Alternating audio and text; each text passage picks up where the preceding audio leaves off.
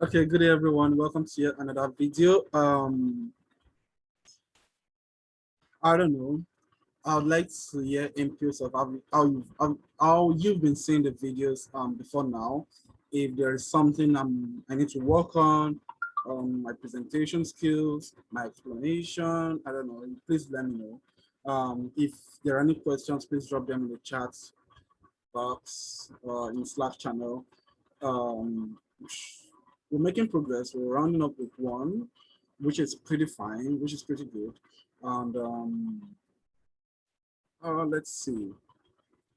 Yeah, I'm trying to make this as short as possible, the videos as short as possible, and giving a little bit of space between videos so you can go through it, consume it, and if you do have any questions, come to me. We'll find a way to sort it out together. Yeah, so I'd really appreciate if you do have questions and then you come to me with those questions. So let's see. So today we're going to the last part of week one. We're going to be talking on anonymous types. We're going to be talking on dynamic types. We're going to be talking about variables, right? So I'm going to share my screen. Let me share my screen.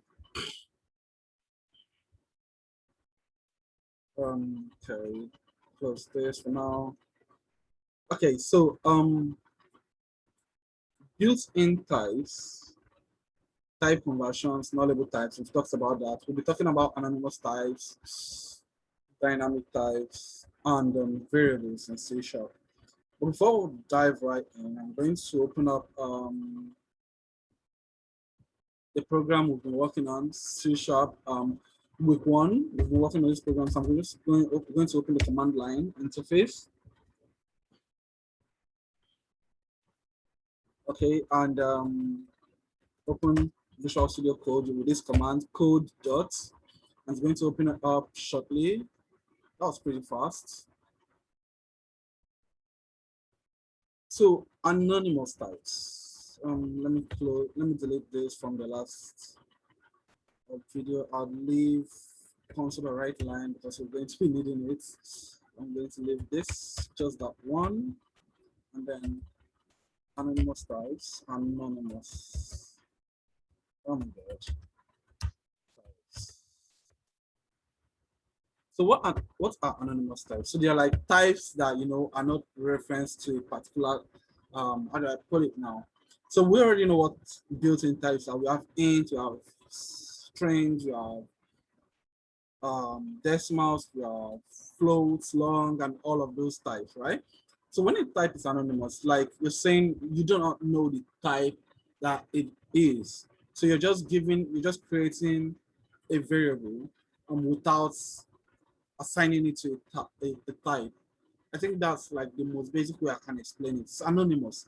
It doesn't have a type that is assigned to, right? Just creating a new variable, storing it in a memory location, and then it has no types that is assigned to. And this is how it is written. And remember, in the previous way, you just give the name of the type first. If it's an int, if it's a string, if it's a float, floats, you just give that first. But for anonymous type, just say var, which means variable for short, and then the name, like the other one, I'm going to call it anon types, then equals new.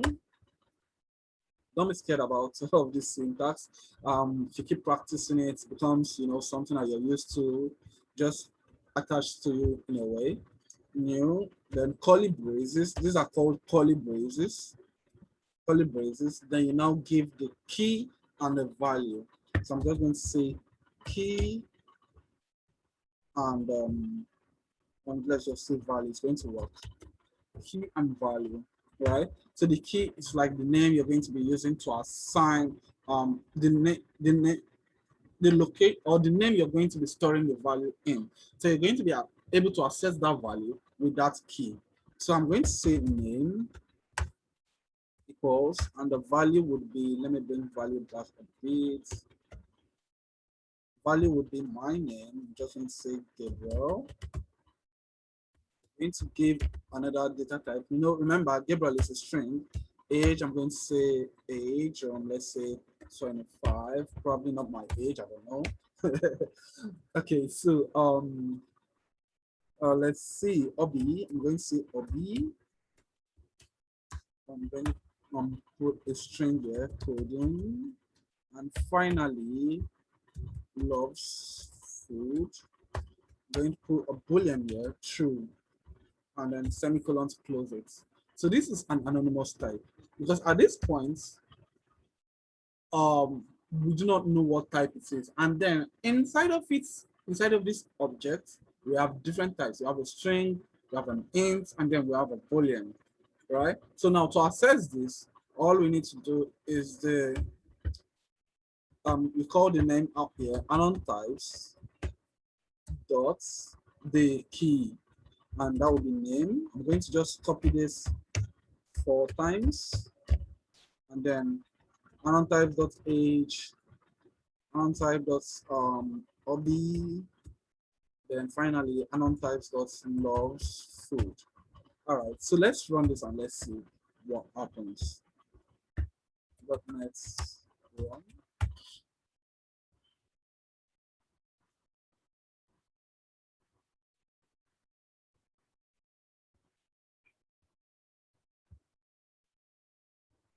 Awesome. Can you see that? So it printed out all of them, printed out Gabriel, printed out 25, coding, and true.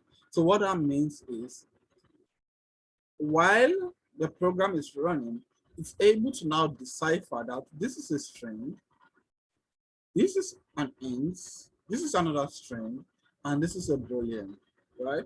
At first, it's anonymous because it's not assigned to a particular, because if I say string now, it's going to throw an error. Let's just see what happens. Let's see the error it's going to throw, right? Says cannot implicitly convert type, anonymous type,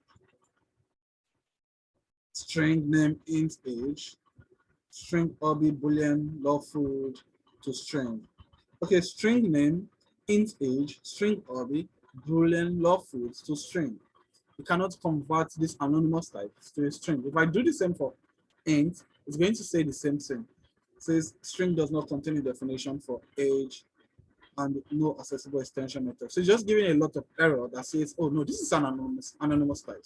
So the best way to do this is just say var, and then you can now use it. So there are situations where you can use it. We might get to see it, we might not get to see it, but if you're told in a particular scenario to create an anonymous type, this is how it's done. All right. So I'm just going to comment this out, all of this. Then the next type we're going to be talking on would be dynamic types, which is almost similar to anonymous types, but you know the syntax is a bit different, right? So for dynamic type, I'm just going to create. I would have created a method, but I'm trying not to confuse you this early in the program. So I'm trying to do it the simplest ways. So I'm just going to use it in the most simplest way. Probably much later I would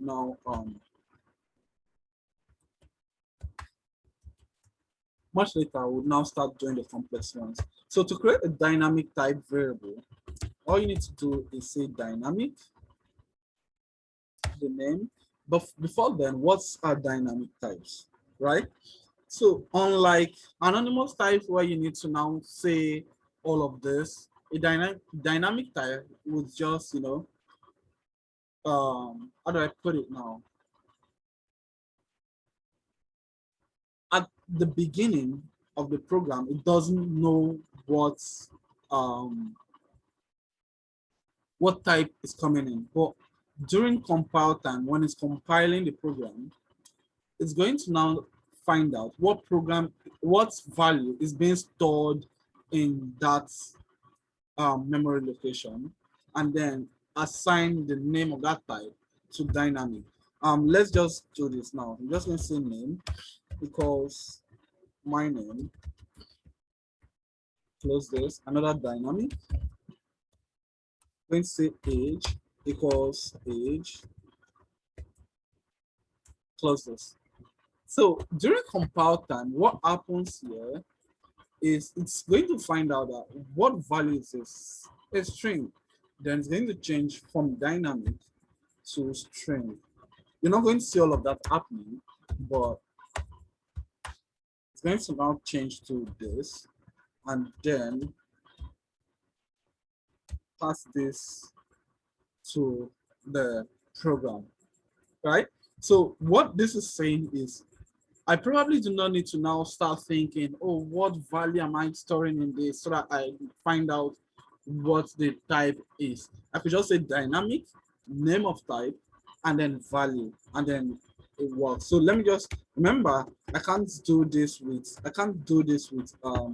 string. I can't say string name Gabriel and then string age 25. Or I can't say int name Gabriel or int age 25. If int works for age, it's not going to work for name. If string works for name, it's not going to work for age. But dynamic is going to be able to work for both of them. So I'm going to remove two of this, consider right line. Now change this, remove the unknown tags because we're working straight with dynamic. So we're just going to use the name and the age. Then run this. I'm going to close all of these errors too much. Run this. And the type of namespace dynamic could not be found. I think I'm using the wrong dynamic. It's not probably not supposed to be capital letters. So let's see what's happening here. Ah, yeah, I figured. It's not supposed to be capital letters. I don't know why it keeps telling me to use capital letters. So let's change that and run it again. Everything looks fine.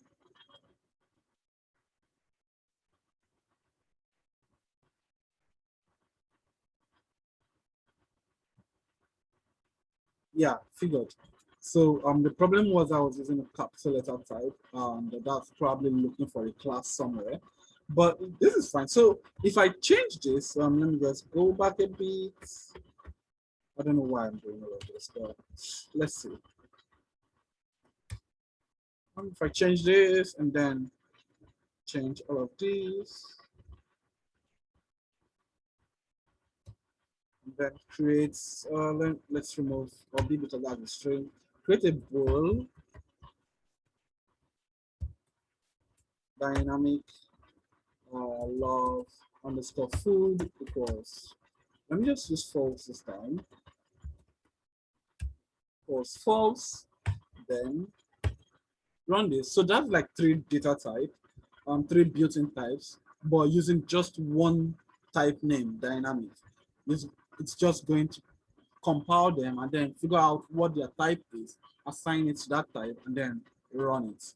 And that's what's happening here. We have Gabriel 25 false, all working pretty fine. If I should change this to string, or int, or bool, it's going to throw an error. And that's what dynamic types are. I'm pretty sure there are very I'm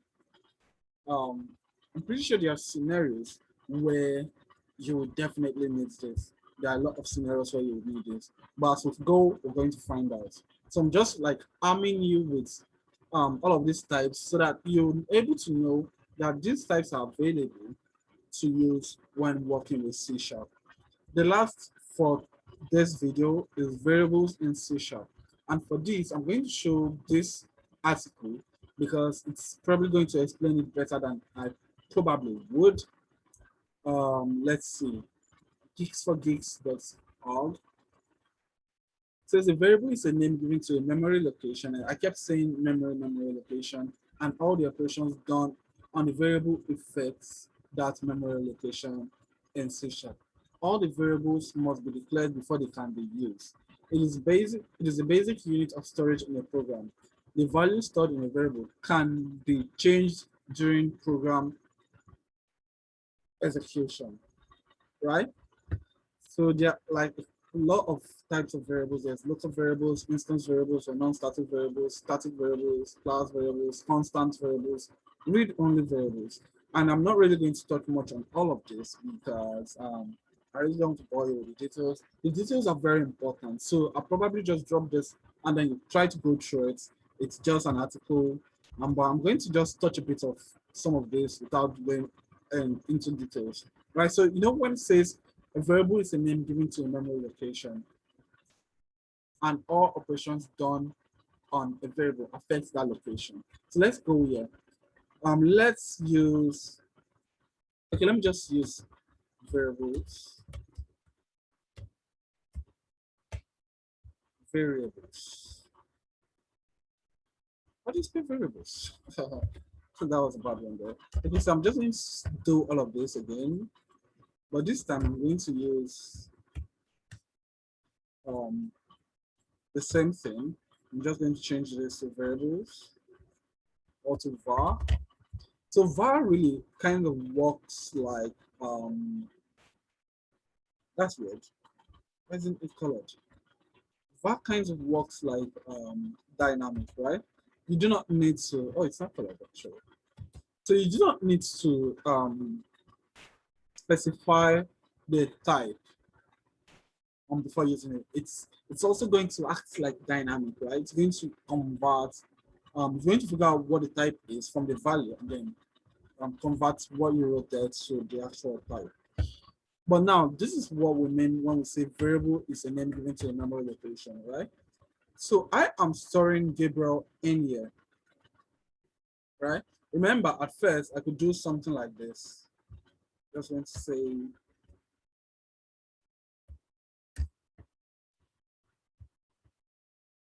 Gabriel. I can do that. But then I am writing name. So it's like I'm storing Gabriel in a location in the memory of this program, right? I'm storing age in that location and then using it sometime later.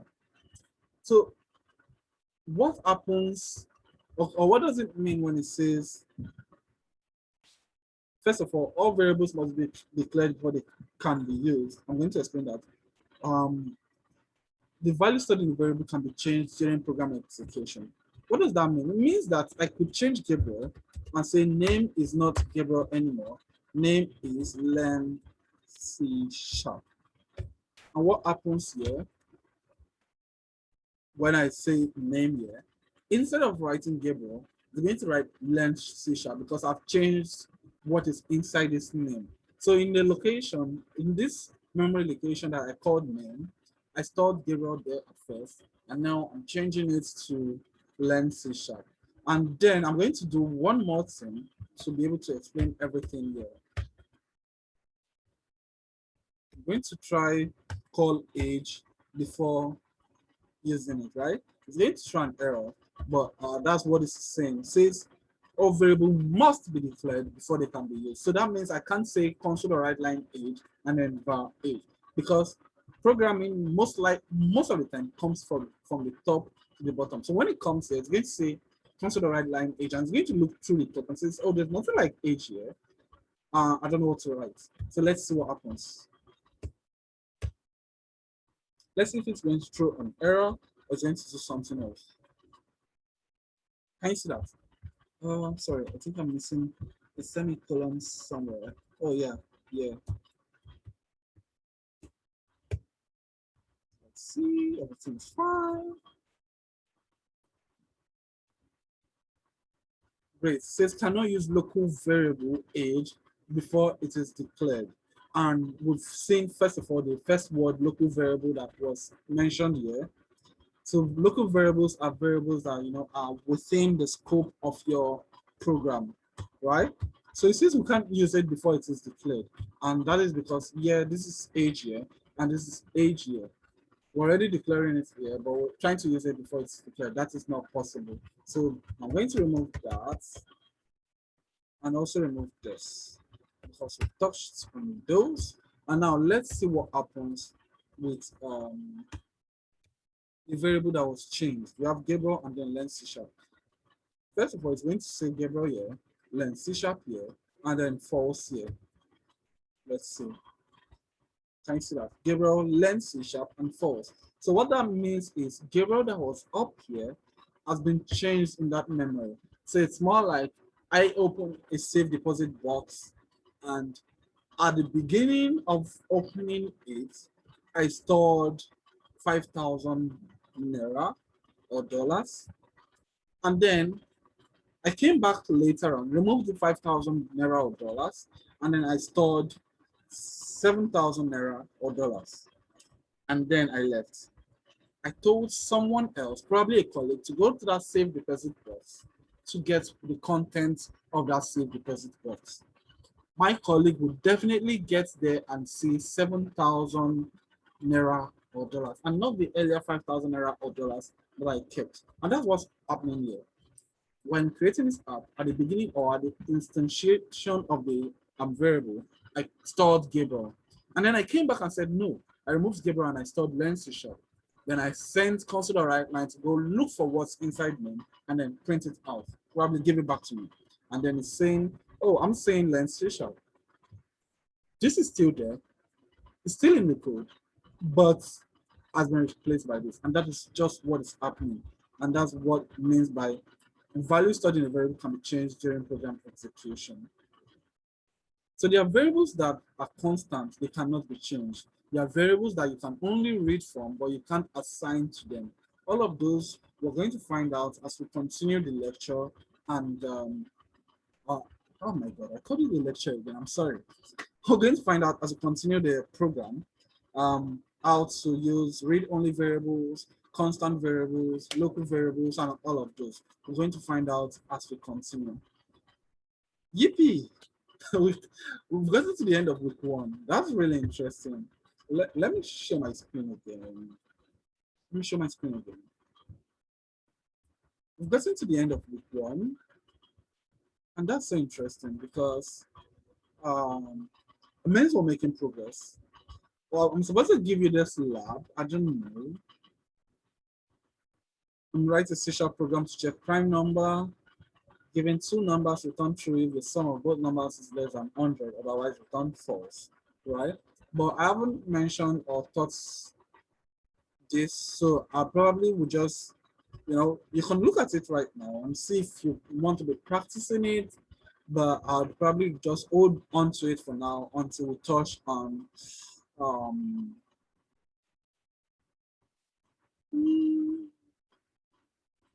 probably methods. I don't know. I guess I'll find out when it's best to touch on it. Then resources. I'm going to drop this two resources in the Slack channel and also attach it to the video while uploading it. So yeah, you can also go through this resource. I'm going to drop this two and this one. Yeah, this one. Gigs for gigs on C# types and variables. Is it there? Oh, okay, we're using tutorials. Yeah, so that's fine. I'm going to just drop all of them and then make sure you try to go through it. If you don't have any questions, please let me know.